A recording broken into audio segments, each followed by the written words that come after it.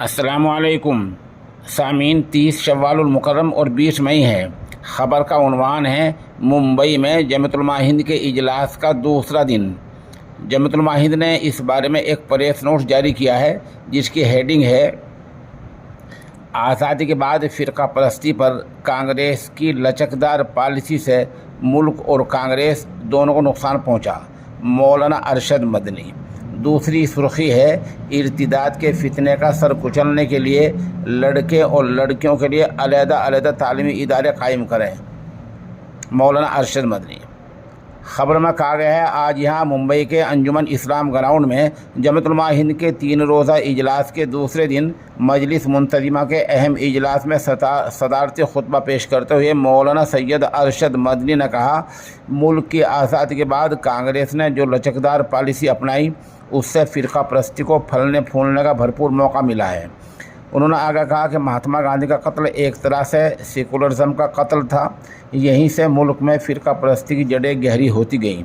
मौलाना मदनी ने मौलाना आज़ाद की किताब इंडिया मीन्स फ्रीडम का एक तवील इक़्तिबास पेश किया, एक लंबी इबारत पेश की जिसमें मौलाना आज़ाद ने महात्मा गांधी के कत्ल के बारे में तफसील से लिखा है और वाज़ेह तौर पर ये बात लिखी है कि हुकूमत की जानिब से उनको तहफ़्फ़ुज़ फराहम करने की कोई मौसर कार्रवाई नहीं की गई, यानी उस वक्त महात्मा गांधी की पूरी हिफाजत नहीं की गई। हालांकि इससे पहले बम फेंक कर उनके कत्ल करने की साजिश हो चुकी थी। उस वक्त सरदार पटेल वज़ीर दाखिला थे। जमीयत उलमा हिंद ने जेल भरो तहरीक भी शुरू की, लेकिन फ़िरका परस्ती पर कदगन नहीं लगाई जा सकी। फ़िरका परस्ती के ख़िलाफ़ कांग्रेस की पॉलिसी बदस्तूर लचकदार बनी रही, जिसका खमियाजा खुद कांग्रेस को भुगतना पड़ा। एक दिन वो भी आया कि जब उसके हाथ से इक़्तिदार छिन गया। कर्नाटक के लिए जारी कांग्रेस के इंतखाबी मंशूर का जिक्र करते हुए जिसमें फ़िरका परस्त तंजीमों पर पाबंदी लगाने का वादा किया गया है, मौलाना मदनी ने कहा, अगर यही पॉलिसी आज़ादी के बाद से इख्तियार की जाती तो मुल्क का यह हाल ना हुआ होता। उन्होंने ये भी कहा कि हम इस मुल्क से मोहब्बत करने वाले लोग हैं।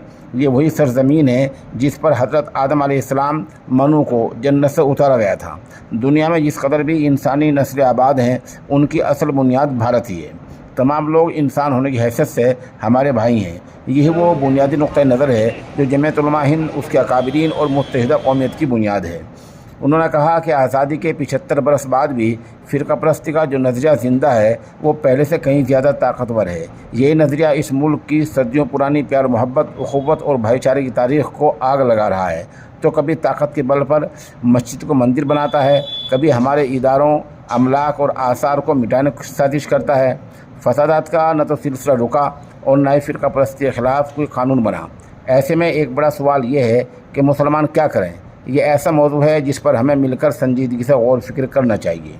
उन्होंने इर्तिदाद यानी मुसलमान से हिंदू बनने के फितने का भी जिक्र किया और कहा कि मुसलमानों, ख़ास तौर पर शिमाली हिंद के मुसलमानों को इसे रोकने की अमली कोशिश के तहत लड़के और लड़कियों के लिए अलग अलग स्कूल और कॉलेज खोलने चाहिए, जहां उनके लिए दुनियावी तालीम के साथ मजहबी तालीम का भी बंदोबस्त हो। और हमारा अमल कुछ ऐसा होना चाहिए कि बिरादरान वतन भी अपनी लड़कियों को इन तालीमी इदारों में भेजने पर मजबूर हो जाएं। उन्होंने आगे कहा कि मुल्क की अक्सरियत सेकुलर है। कर्नाटक के हालिया इलेक्शन की मिसाल देते हुए मौलाना मदनी ने कहा, यह इलेक्शन हिंदू मुस्लिम दुश्मनी की बुनियाद पर लड़ा गया, मगर आवाम की अक्सरियत ने इसको मुस्तरद कर दिया। यह हमारा मुल्क है, हमारे मजबूत अक़ीदे का पहला पत्थर यहीं रखा गया। उन्होंने मशवरा दिया कि मुसलमान अपनी तकरीबात में बिरादरान वतन को मदऊ करें और ख़ुद भी उनके दुख, दर्द और खुशी में शरीक हों। उन्हें मदारिस के जलसों और तकरीबात में बुलाया जाए। ऐसा करके हम इस्लाम के ताल्लुक़ से फैलाई गई गलत फहमियों को दूर कर सकते हैं। उन्होंने आखिर में कहा कि हम पर यह इल्ज़ाम आयद किया जाता है कि हम दहशत गर्दों को कानूनी मदद फराहम करके आज़ाद करा रहे हैं।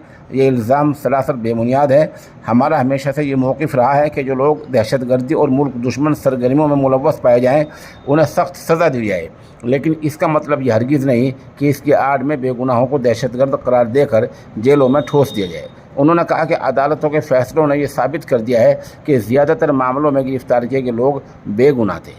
आप हमारे साथ बने रहें। कल जमीयत के इजलास का आखिरी दिन है, हम इंशाल्लाह उसके बारे में भी बुलेटिन जारी करेंगे।